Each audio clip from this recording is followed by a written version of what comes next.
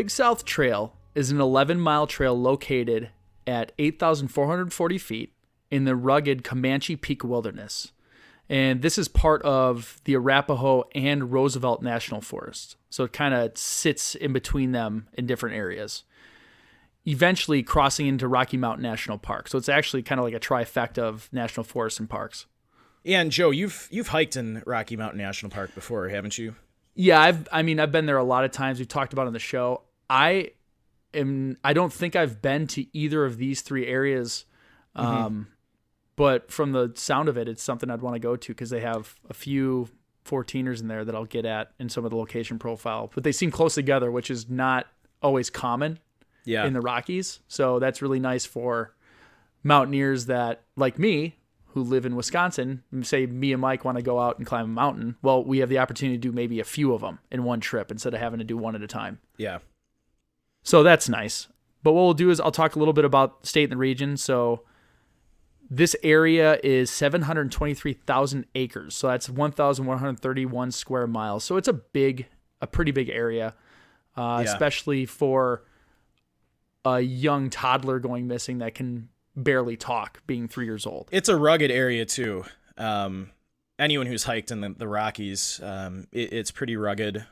So yeah, it's, the trails are pretty difficult. Yeah, you know what? When you really think about it, because I've gone there a bunch, and I know you've been there. It always seems, especially when you go on like the trail apps, I use All Trails. It always seems like they're not so bad, and it's a mix of the altitude, and it's totally deceiving because they're not really aggressive, but it is so rocky that when you're going on them, it just takes a lot out of you, a lot more than you usually think. Well, and then you never think like, okay, 2,000 foot elevation gain doesn't seem like a lot, but you're already at 10,000 feet and you got 40 pounds on your back. It adds up quickly. Absolutely. So here's just some fun information about the Arapaho National Forest. It was established by Theodore Roosevelt, who's one of my favorite presidents because he was insane, literally. And there's some really cool stories. I just love the history of Theodore Roosevelt. My favorite one is when he commandeered some ships to go fight. What was it on Cuban shores? Like they told him he couldn't attack, and he and his Rough Riders. It was because he was leading the Rough Riders, and they told him that they weren't going to attack, and he said like basically screw you, stole 3 ships and went and attacked, and won. He was a pretty badass president.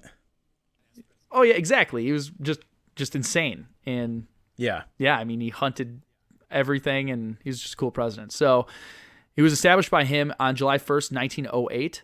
And the Roosevelt National Forest, originally part of the Medicine Bow Forest Reserve, was the first named Colorado National Forest in 1910, and then was renamed by President Herbert Hoover to honor Theodore Roosevelt in 1932. So it didn't start out as his, but in 32 they renamed it to Theodore Roosevelt. The Pawnee National Grassland was transferred to the Forest Service from the Soil Conservation Service in 1954, and it was designated a national grassland in 1960. And that's not the Pawnee from Parks and Recreation, just FYI. It is not. The highest point in that area is Gray's Peak at 14,278 feet. And like I said at the beginning, there's 3 other 14ers in that area, as well as 12 other peaks that are over 13,000. So this is a fairly aggressive area of Rocky Mountain National Park. And between that and the forest, go ahead. yeah. Oh, no, I was to say Gray's Peak, so those peaks that you mentioned are actually in the forest area, so they're not even in Rocky Mountain National Park. Oh, that didn't, okay. Yeah. I think I got that confused. Yeah, the forest area, I believe, is north of Rocky Mountain National Park, but they're close. Okay. I don't even care. I just want to go climb all those mountains. So, and a fun fact, a good portion of the story for the 1984 film Red Dawn, featuring Patrick Swayze, was set in the Arapaho and Roosevelt National Forest. So that was one of my favorite movies as a kid, honestly, which is kind of funny. And Mike, did you know, here's another fun fact that I actually just know off the top of my head. Red Dawn is the first feature film to be given a rated R rating. Really? So that's when the MPAA ratings came out, and that was the first movie that was rated R. I did not know that. That's how I know you're a true fan of the film. I know, right? Interesting. I just know lots of great facts about Red Dawn. So that's it. That's all I know. The climate for that area, average temps range from a high in the upper 60s, that's Fahrenheit, in July to lows in the teens during the winter months. So it's not too crazy, I guess I would say. It's not warm or significantly cold, but it can be bad. Yeah. And the park has a reputation of extreme weather events due to the complex interactions of elevations. So whenever you have a storm roll up, it's probably gets pretty crazy as far as blizzard conditions go. I know I've experienced that before where it's like not super cold, but that snow comes in and it like the winds start coming in and whipping, and it can be awful. Well, yeah, it's kind of that part of the Rockies are kind of at a point in the U.S. where you've got, warm air coming up from Mexico, and you've got a lot of different air masses kind of converging, so it creates some really crazy weather in that area of Colorado. Yeah, it's like uniquely positioned where warm air meets cool air, like for the first time, and it's before it starts rolling up north or going down south, and that's where you get that real imbalance. Yeah, and then you add in the terrain, so you've got these really high mountains kind of funneling the air around too, so it creates some really crazy weather. And Joe, like you said, you've experienced that firsthand. Yeah, there's a cool, I have a time-lapse video from the last trip I took of a storm literally hitting, and now I'm forgetting what mountain we were on, but we were like on the other side of a ridge, and you could see a storm cloud hit the mountain and basically like tumble over itself. So like we didn't get hit with the storm because it was on the other side, but it's just crazy how to think like the mountains are so high up, they affect the weather just by their features, essentially. Yeah.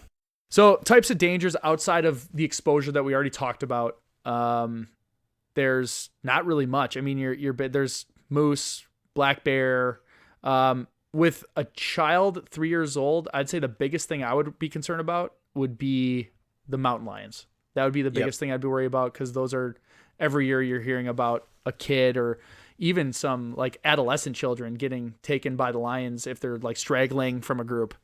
Interesting fact, though, when I was researching this case, there's only been 14 reported deaths by mountain lions since like 1905. Oh, wow. In North America. So while attacks on people from mountain lions are a little more common, actually being killed by one is extremely rare. That's really comforting, actually, just because like I'm always thinking about that when I bring my kids out.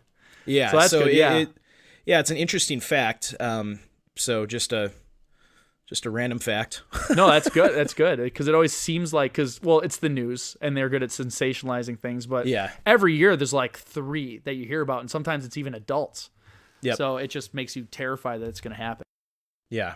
So I'd say the last thing, like we kind of said, outside of those things, exposure and altitude sickness. You heard how many peaks there are. A lot of areas over 10,000 feet. That's kind of where you start getting into that, where altitude can affect you. You're above the tree line at like 11,000 to 12,000. So there's no shelter. So I didn't do any of the research on this one. So Mike, you're telling the story, so you'll explain where they were. I doubt they had a 3-year-old hiking for too long over tree line, but. Yeah, so the trail they were hiking on definitely was below the tree line, and we'll kind of get into, as we go into the timeline, I'll kind of get into the trail area a little bit, but just picture, below the tree line trail in the Rocky Mountains. It's, rugged, some good elevation gain. There's going to be some rivers and, things like that. So for an adult, a decent trail, but, definitely it'd be tough for a little kid. And some of the interviews that they did with some local people in the area kind of expressed that they were a little shocked that someone would let their 3-year-old kid kind of go on this trail just because it's a more strenuous trail for even adults. Oh,